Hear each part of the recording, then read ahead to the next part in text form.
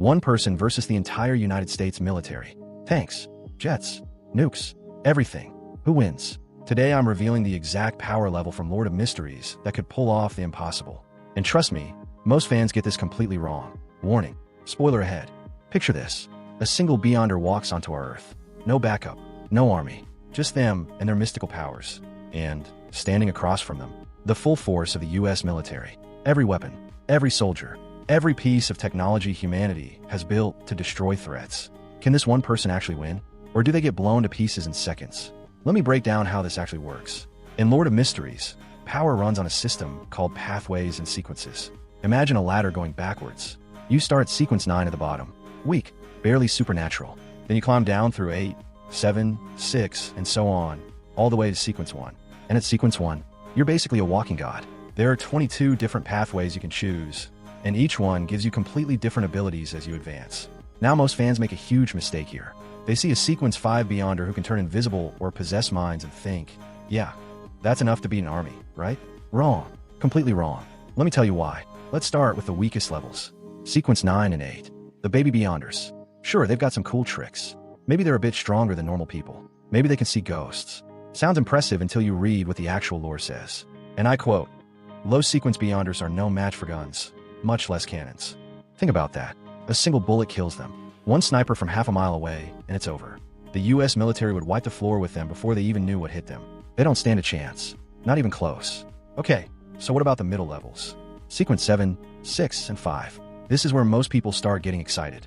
These Beyonders are genuinely supernatural now. A Sequence 7 werewolf can tear through steel. A Sequence 5 wraith can literally phase through solid objects and possess people's bodies. And I'll be honest with you, part of me wants to say this is enough. A wraith sounds unstoppable on paper. Bullets pass right through them. They can take over enemy soldiers and turn them into puppets. They can walk through walls and hide in shadows. How do you even fight something like that? But here's where we need to get real. Here's the truth that most power scaling videos won't admit. Mid-sequence Beyonders are not built for war. They're built for special operations. They're supernatural assassins, spies, saboteurs. They excel at infiltration and small-scale combat. But a full military war, that's a completely different game. Think about the practical reality. Yes, a wraith can phase through walls. Terrifying if you're one guard in a dark hallway.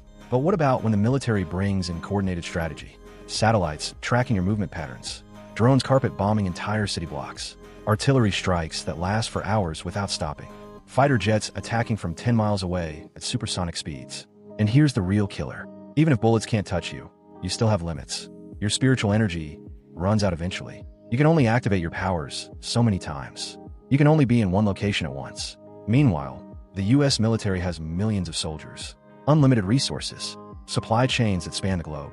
They can keep fighting 24 hours a day for months without rest. One Beyonder, no matter how tricky their abilities, gets worn down through pure attrition. It's like trying to bail out the ocean with a bucket. You might succeed for a few minutes, but eventually you drown. The lore backs this up. Mid-sequence Beyonders can outperform guns in a one-on-one fight. But outperforming doesn't mean surviving when 1,000 guns fire at once. It doesn't mean tanking cruise missiles. It doesn't mean fighting the most advanced military machine in human history for weeks on end. So, when does a Beyonder actually become strong enough to win?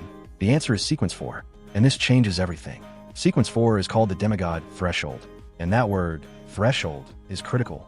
Because at Sequence 4, you don't just get stronger. You fundamentally transform into something else. Your soul changes. Your body changes.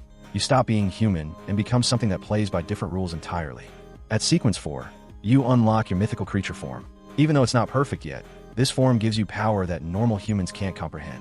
We're talking about resilience that can actually survive modern weapons. Not dodge them, not hide from them, actually tank missile strikes and keep fighting. You gain abilities that affect reality itself, powers that work on hundreds or thousands of people at once. Some pathways get regeneration so powerful that conventional weapons can't keep you down. Here's what makes Sequence 4 special. Demigods can influence weaker Beyonders on their same pathway. They can affect entire battlefields with their abilities, not just individual targets. Their defense isn't about being clever anymore. It's about raw durability that laughs at artillery. Their offense isn't about killing one person. It's about crushing entire military units through mystical force. But here's the catch. Not every pathway at Sequence 4 automatically wins this fight. Some pathways focus on knowledge. Some manipulate fate. Some have specialized abilities that are useless in large-scale combat. You need a pathway built for war, combat focus, area control, reality manipulation. Mind domination on a massive scale. Imagine a combat focus sequence for Demigod. They could create mystical shields that block incoming missiles, spread spiritual corruption across entire military bases that makes technology malfunction, dominate the minds of hundreds of soldiers at once, and turn them against their own forces, generate illusions so powerful they fool satellite imaging. Some could even raise armies of undead, combining supernatural power with actual numbers. The key word here is sustainability. A Sequence 5 might do amazing things for an hour before collapsing from exhaustion. A Sequence 4 Demigod can fight for days straight. They have the spiritual reserves, the durability, the raw power to wage actual sustained warfare instead of just running and hiding. This is why Sequence 4 is the floor, the absolute minimum. It's where you stop being a superpowered human and become something beyond mortal limitations. Below Sequence 4, you're still in the danger zone. Enough bullets, enough bombs, enough coordinated human effort can bring you down. At Sequence 4 and higher, you've left that world behind. You're operating on a level where conventional warfare has to completely rethink its approach. Now, does Sequence 4 guarantee you win? No. It depends on your specific pathway, your individual abilities, how smart you fight, whether you use strategy or just rely on brute force. But Sequence 4 is where winning becomes actually possible, where the question changes from how fast do they die to how could they actually pull off this victory. So there's the truth. The lowest sequence that could realistically beat the US military isn't some mid-tier beyonder with flashy tricks. It's Sequence 4, the Demigod threshold, the point where you stop being human and become something our modern world has no playbook for. But now I want you to think about something.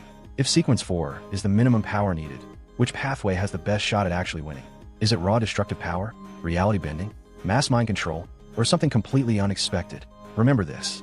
In Lord of Mysteries, real power isn't about what you can destroy. It's about what you can survive. And only demigods can survive what the modern world throws at them.